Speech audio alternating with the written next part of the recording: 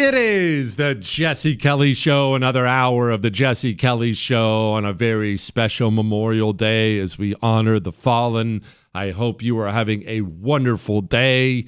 I hope you have taken a moment to honor the fallen. You don't have to sit around crying all day, or if you feel like it, you are welcome to sit around crying all day.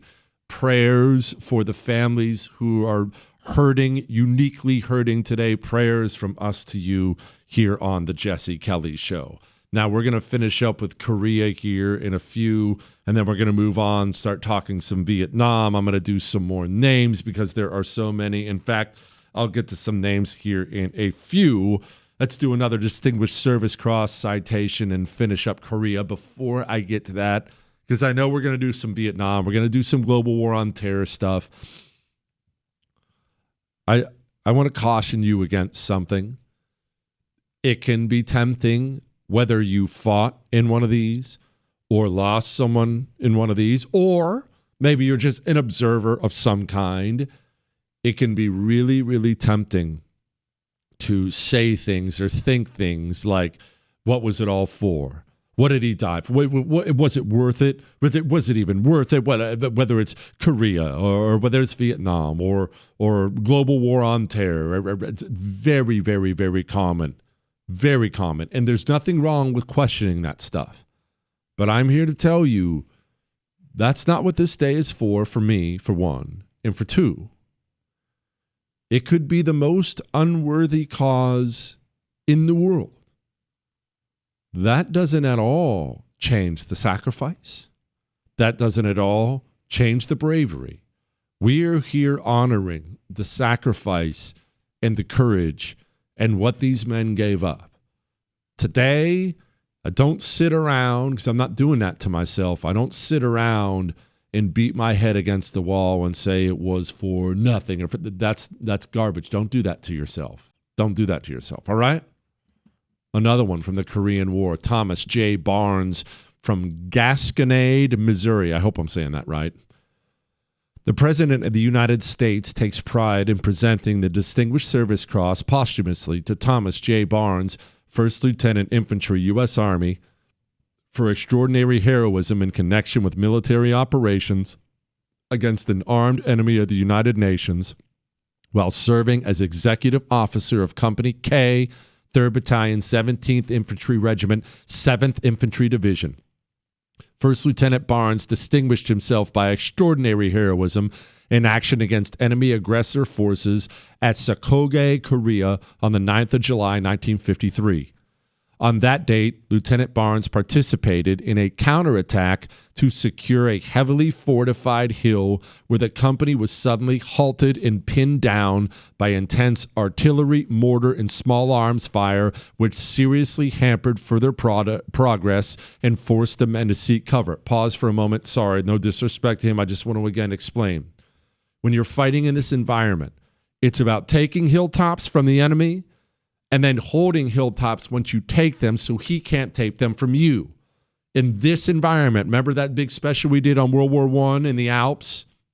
In mountainous environments, really all environments, but in these mountain environments, you want the high ground because then you look down and you can observe everything the enemy's doing. You can set up your artillery pieces, your mortar pieces up there and fire down on him. All the advantages for the guy who has the hill. So if you don't have the hill and he has the hill, you have to go take the hill. And then once you get the hill, you have to dig in because he's coming back to take the hill back from you. That's Korea. Obviously, there are other parts of it, but that is so much of Korea. All right, back to this thing here. On that date, Lieutenant Barnes participated in a counterattack to secure a heavily fortified hill position when the company was suddenly halted and pinned down by intense enemy artillery, mortar, and small arms fire, which seriously hampered further progress and forced the men to seek cover. Realizing the vulnerability of their position and refusing to take cover, he unhesitatingly left his position with utter disregard for his safety, moved to a position approximately 50 yards from an enemy bunker. From this exposed position, he daringly fired several rounds into the enemy bunker, destroying it completely and killing all the occupants. The friendly assault forces were thus inspired and encouraged by Lieutenant Barnes, who, despite enemy fire, moved fearlessly among the men, urging them to rout the enemy. Finding the company commander a casualty during the ensuing battle and other members of the company scattered, he assumed command, quickly reorganized the men, and resumed the attack. Dominating the critical situation through sheer force of heroic example, he led the daring assault up the hill, where they were again met with enemy mortar, grenade, and small arms fire, making further advance impossible. Concerned for the lives of his men, he calmly ordered them to withdraw to a trench below the crest of the objective, but he remained exposed on high ground until all had gained cover. Then descending and hastily jumping into the trench below, he was hit by an enemy mortar burst that critically wounded him and killed several others. Although partially blinded and seriously wounded in the left leg, he attempted to rise to assist his injured comrades, but collapsed. He refused medical aid and evacuation until all others were treated, and he later succumbed to his wounds. That's awesome, man. That's the kind of man you follow into the mouth of hell right there. And how many of these names? I mean, how many people ever heard of Thomas J. Barnes? You just don't think about the names. You don't think about the deeds. And the men who fought, we're going to move on from Korea. Actually, we're going to go to Vietnam next, which would be long and heavy, but they call Korea the Forgotten War because it is largely forgotten. Sandwiched between World War II, which is famous, and Vietnam, which is infamous, I suppose. But the Korean War had some of the nastiest fighting out there. And you know what's so sad? I mean, in a way, admirable and awesome, but so incredibly sad to me is how many of our guys in Korea died who had survived World War II. There were a lot of World War II veterans. They really made up the backbone of the military in Korea because we had kicked everyone else out. We had, like I said, we were drawing down the military. Everybody leave, everyone out. We don't want to pay for it. But these World War II veterans, you want to hang on to these guys with all kinds of combat experience. So we hung on to so many of these guys, and they brought that combat experience with them to World War II, and they were lions out there in World War II, organizing our men, getting our men ready, and in large part, they're a big reason why the guys who lived. Let's do some more names. These are World War II names. Lieutenant Colonel Kevin Shea, Corporal Bernice Bond, Private First Class Boyd Kimry, Private Neil Jones, Private Edward Grexek, Private Leo Crambier, Private Charles Call, First Lieutenant Baker Tillau, Lieutenant Joseph Cardarelli, Fire Controlman 2 Julian Rudek, Private First Class David Scannell, Private First Class James Len, Private First Class John Corrado, Second Lieutenant Harold Kuhn, Staff Sergeant Ernest Esham, Private First Class John Prizwara, Sergeant Frank Cerrone, Staff Sergeant Jerome Samberg, Second Lieutenant John Eberhart, Second Lieutenant Niall Sherwood, Chief Water Tender Peter Tomich, Fireman First Class Lester Mayfield, Private Charles Campbell, Sergeant Albert Kinzer, Private Varden Williams, Private First Class Melvin Wyndham, Private First Class Roy Goodpaster Jr. There are a lot more I'm going to get to. First, we are going to switch up gears here, and we're going to talk about another war that could be hard to talk about. I know we have so many Vietnam veterans who listen to this show, and that's something we take a lot of pride in. So we're going to talk some Vietnam in just a moment. Before we do that, I want to play a couple more words from Trump today. I really thought he did wonderful. In every generation since, at Trenton and Yorktown, at Vicksburg and Shiloh, and in faraway places with names like Chateau Terrari, Anzio, Iwo Jima, Quezon, Kandahar, really just a few chosen names, and these are names that have become so important on the altar of freedom.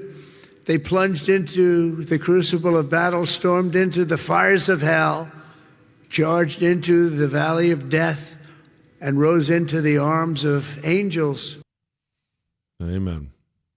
We are going to, well, I have a long one I'm going to read. Mac v. SOG. Next.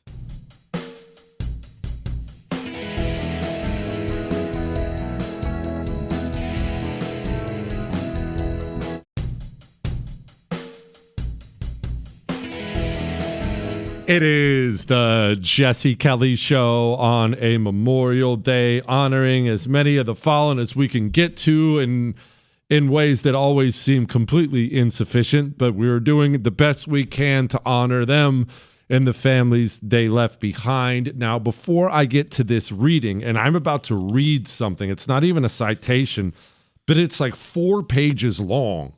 So it's going to take me a few minutes to read it. I'm actually stealing it, as a matter of fact, from the Special Operations Memorial Foundation. I want to make sure they get credit for this. Before I read the writing of this Vietnam veteran, and I'm going to read a couple other Vietnam Distinguished Service Cross citations, I want to remind you about the specific part of Vietnam that had a higher percentage of casualties than any other. And that would be Mac v. SOG. You have heard of Delta Force, right? Yeah. These guys were the OGs of that. The guys who actually lived through Vietnam were the ones who really guided and created so much of that. Mac v. SOG, Military Assistance Command, Vietnam.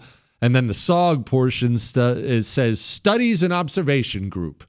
Sounds like a bunch of nerds taking pictures, right? Except they were all killers. The bravest. So they did the most ridiculously brave things. I will tell you, every time I read about a SOG mission, I'm shocked it was allowed for them to do this. And I'm not shocked that so many died. Way more than half. I mean, you died. If you went into SOG and stayed there for long enough, you were going to die. Here's what it was. You know Vietnam. It doesn't matter whether or not you know Vietnam. You know Vietnam is divided, at least at this point in time, into North and South Vietnam. Okay? Right? Well, on the western side of Vietnam, it always helps if you look at a map, like we always say, look at a map. On the western side of Vietnam, what do you see if you're looking at a map? Laos, Cambodia, or at least that's what you would have seen back then. Laos and Cambodia. We were not at war with Laos or Cambodia back then. Frankly, the Vietnam War wasn't technically a war, but either way, Laos didn't want American troops in Laos. Cambodia didn't want American troops in Cambodia. The Vietnamese knew this. And remember, all their supplies, all their men, they're all in North Vietnam, but they're trying to defeat South Vietnam. So what the North Vietnamese did is they moved their men, their trucks, their equipment. We're talking food, bombs, bullets, everything. They moved those things in Laos or Cambodia. They went west outside of Vietnam. And that you've of course heard of the Ho Chi Minh Trail. It was not one trail. That's ridiculous. Don't ever think of it that way. It was a gigantic, essentially highway and trail system that was always being rebuilt and carved up that went through Laos and Cambodia so they could move everything down south, and they thought we couldn't touch them. It didn't take us long to figure out. What exactly we were dealing with here. We were dealing with something that had to be dealt with. I know that's a terrible way to put it. That's a terrible, terrible way to put it, but we had to do something about all the men and equipment moving south. The military came up with an idea. Let's take some Green Berets. There were SEALs involved too as well. I want to make sure they obviously get credit.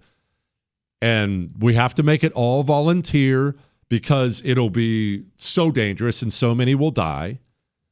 But we will send smaller teams into these areas to observe where the trucks are, where are the highway, where are the men bedding down, where are they eating, because they would start bases, right? There were base camps along the way.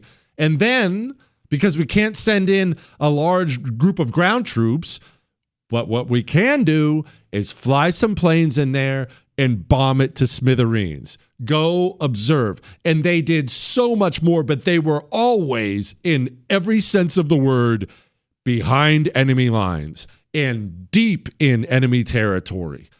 And they had, look, there wasn't much that could help them. They had air that would fly above them, usually in like a Piper Cub, like a small plane. And they would talk to him, and he would try to call in airstrikes when they needed them, and they always needed them. They would try to call in attack helicopters, Cobras, gunships when they needed them, and they always needed them because they were always being hunted.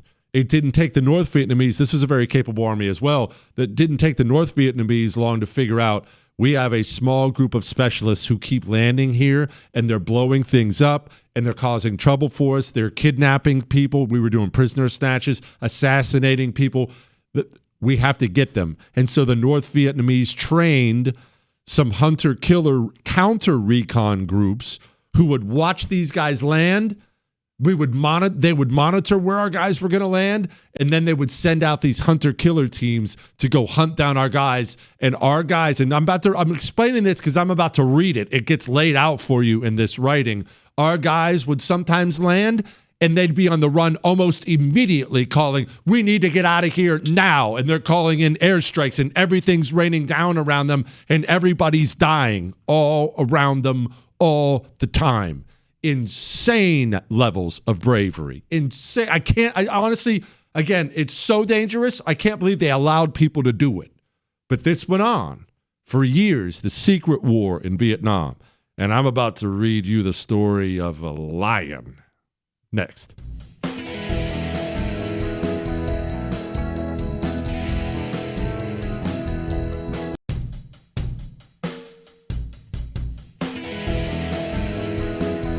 It is the Jesse Kelly Show on a Monday, a Memorial Day, and I can't tell you to email me the names still, even though we're live here. There are just so many to get to, and I'm not going to be able to get to any more than we currently have. But if you want to email the show, you are welcome to. Maybe we'll save them for next year, jesse@jessekellyshow.com. Now, I just gave you just a brief recap of what MACV-SOG did in Vietnam. This is something I'm about to read to you. These are not my words. I don't want to take credit for them. This is from the Special Operations Memorial Foundation. Do you want to hear what the SOG guys did and why so many died? It's like 4 pages, so you're going to have to stay with me. But listen to this. His name is John J. Kedenberg. Specialist 5 Kedenberg distinguished himself on the 13th of June, 1968, while serving with Command and Control North Forward Operating Base 2 as an advisor to a long-range reconnaissance patrol of South Vietnamese irregular troops. Pause on this. Sorry. The MACV-SOG guys would generally go out, and there would be only 2 or 3 Americans in the group. Those would be the stud Green Beret types. And then we brought out indigenous troops, either Chinese mountain tribes or Vietnamese mountain tribes that we trained, and we brought indigenous troops with us. You're going to hear that referred to in this story. The team's mission was to conduct counter-guerrilla operations deep within enemy-held territory. Prior to reaching the day's objective, the team was attacked and encircled by a battalion-sized North Vietnamese Army force. Specialist 5 Kedenberg assumed immediate command of the team, which succeeded after a fierce fight in breaking out of the encirclement. As the team moved through the thick jungle to a position from which it could be extracted by helicopter, Specialist 5 Kedenberg conducted a gallant rearguard fight against the pursuing enemy and called for tactical air support and rescue helicopters. His withering fire against the enemy permitted the team to reach a pre-selected landing zone with the loss of only one man who was unaccounted for. Once in the landing zone, Specialist 5 Kettenberg deployed the team into a perimeter defense against the numerically superior enemy force. Just a heads up, he's probably facing 1,000 men. Okay. So, when tactical air support arrived, he skillfully directed airstrikes against the enemy, suppressing their fire so that helicopters could hover over the area and drop slings to be used in the extraction team. About half the team, they would drop slings and you would clip onto it, and then the helo would lift you out. They would drop slings or ladders if the helo couldn't get all the way down. Anyway. After half the team was extracted by helicopter, Specialist 5 Kettenberg and the remaining 3 members of the team harnessed themselves to a sling on a second hovering helicopter. Just as the helicopter was about to lift them out of the area, the South Vietnamese team member, who had been unaccounted for after the initial encounter with the enemy, appeared at the landing zone. Specialist 5 Kettenberg unhesitatingly gave up his place in the sling to the man and directed the helicopter pilot to leave the area. He then continued to engage the enemy, who were swarming into the landing zone, killing 6 enemy soldiers before he was overpowered. Specialist 5 Kettenberg's inspiring leadership, consummate courage, and willing self-sacrifice permitted his small team to inflict heavy casualties on the enemy and escape almost certain annihilation. His actions reflect great credit upon himself in the U.S. Army. Shall I keep going? You know what? No, we'll stop on that one for now because there are other ones I want to get to. You are dropped. This happened a lot. One story I read, you see there were recon teams and then there were hatchet force teams. There were different kinds of teams, but the recon teams were in general reconnaissance. Hatchet force teams were more search and destroy stuff, but we'll focus on the recon teams. The recon teams oftentimes had the name of U.S. states. They would be recon, RT Rhode Island, RT Illinois, something like that. I believe it was RT New Mexico.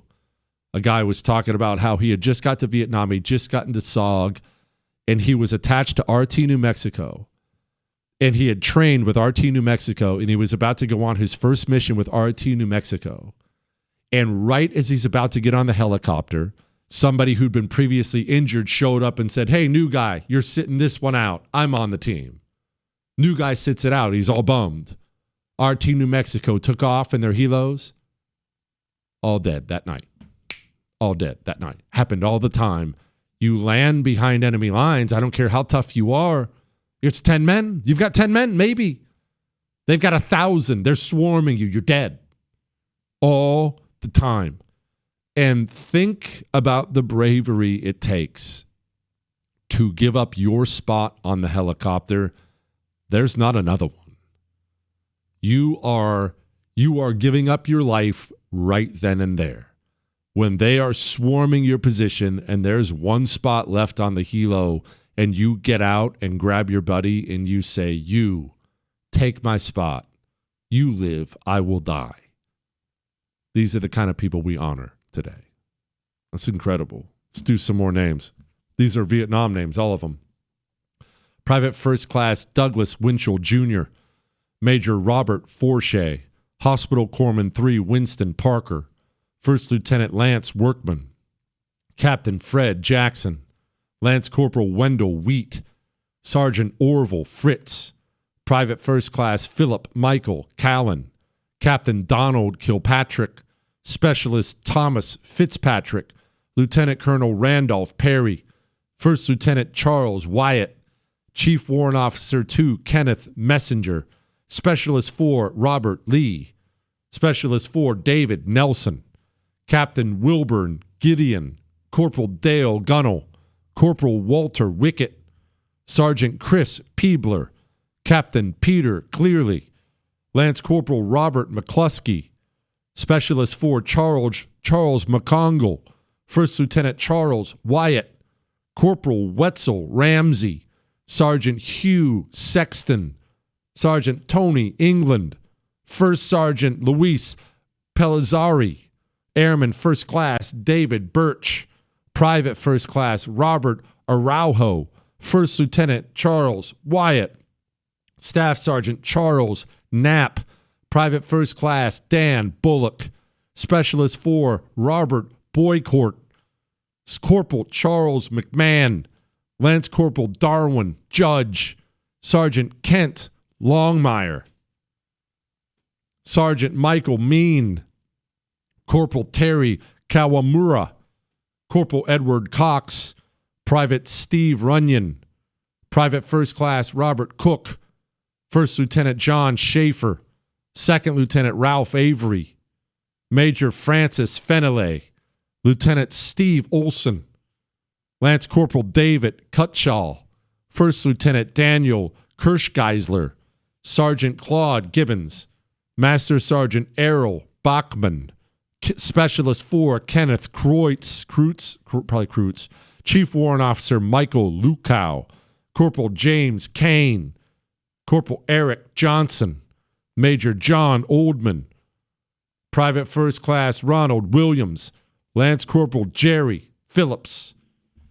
We'll do a couple more Vietnam things, and then we'll move on, maybe do some global war on terror things, read some more names as we chop away at things here. I probably want to play what Pete Hegseth had to say about the story of the unknown, the tomb of the unknown soldier. It's not, well, whatever. I want you to hear it from Pete Hegseth's mouth, and then we'll get back to some more Vietnam stuff next.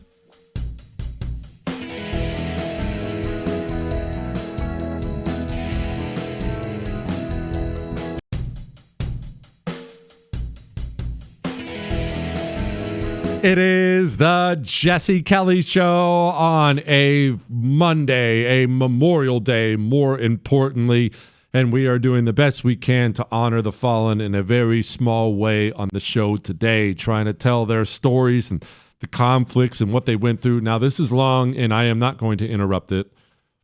It's way longer than anything I normally play uninterrupted, but Secretary of Defense Pete Hegseth told a tale. Listen to it. We gather here to honor our very best, gone in their youth.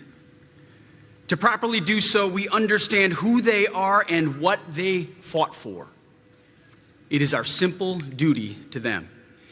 In America, with our great experiment in self-government, it is fitting that the most honored and closely guarded tomb in the land is that of an anonymous soldier of an unknown rank. When the tomb was dedicated on November 11th, Veterans Day, the unknown received the Medal of Honor.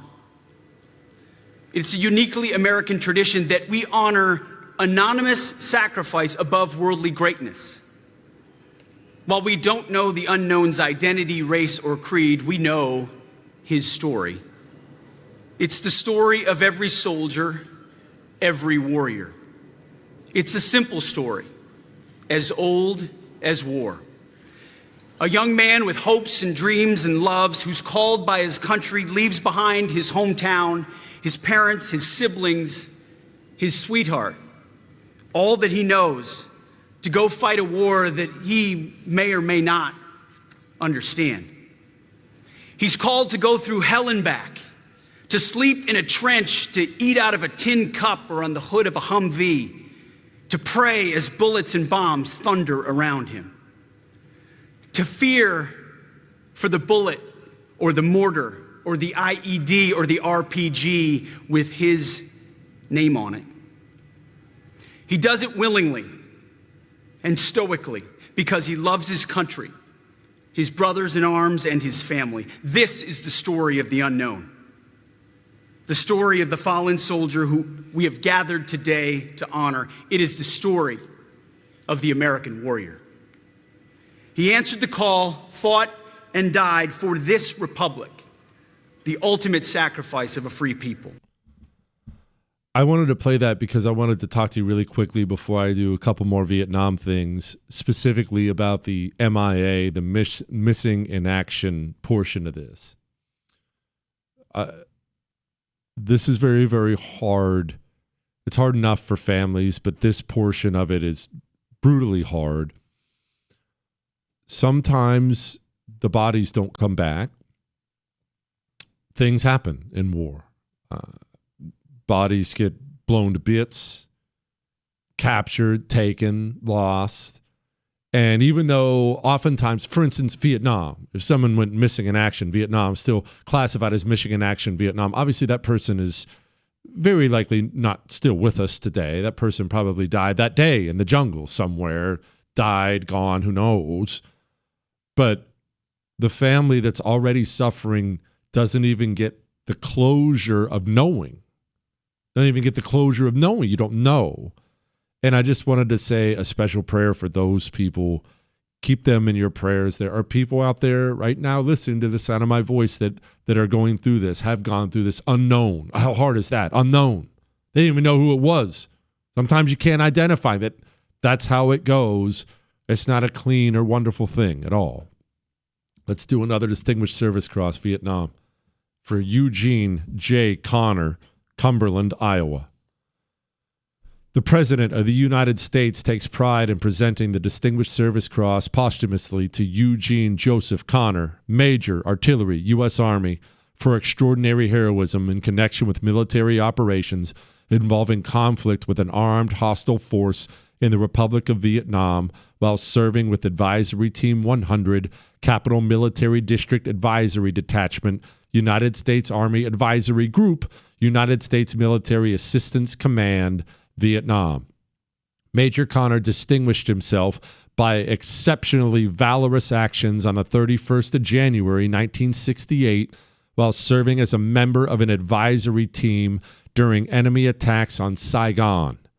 When he was informed that a truck carrying 20 military policemen had been savagely ambushed in an alley in Gia Dinh and all the soldiers had been killed or wounded, Major Connor immediately moved to the battle site and volunteered to assist in rescuing the trapped victims. The Viet Cong were firmly entrenched in buildings along the alley and had set up a fierce crossfire with rockets and automatic weapons. Completely disregarding his own personal safety, Major Connor led a small party through the curtain of fire to reach the trapped men. Ignoring bullets striking all around him, he helped carry the wounded men to safety and then volunteered to lead a sweeping force to clear the hostile positions. Intense enemy fire erupted from a nearby building and stalled the advance of the friendly troops. So Major Connor and one other man fearlessly charged the fortifications alone. As he neared the building, he was instantly killed by a Viet Cong rocket. His gallant and fearless leadership in the face of great odds was responsible for saving several lives and inspired his men to fight furiously in the heat of battle. Major Connor's extraordinary heroism and devotion to duty at the cost of his life were in keeping with the highest traditions of military service and reflect great credit upon himself, his unit, and the United States Army. We're going to do a couple more Vietnam ones here in just a moment. Before I get to that, I want to do just some more names. I want to do some Afghanistan names here. Corporal Mark Goyette, Chief Warrant Officer 3, Matthew Ruffner, Chief Warrant Officer 2, Jared Yoder, Major Ray Estelle, Second Lieutenant Justin Sisson, Sergeant Bradley Croce, Private First Class Matthew Bertolino, Staff Sergeant Michael Bach, Specialist Jesse Snow, Staff Sergeant Thomas Walkup Jr., Captain Matthew Ferrara, Corporal David Sonka, Captain Nick Rozansky, Master Sergeant John Chapman, Specialist Ronald Windrick, Specialist Pat Tillman Jr., First Lieutenant Jonathan Brostrom, First Lieutenant Jason Mann. We will do some more Vietnam, touch on some global war on terror things, and read some more names in our final hour on Memorial Day. Hang on.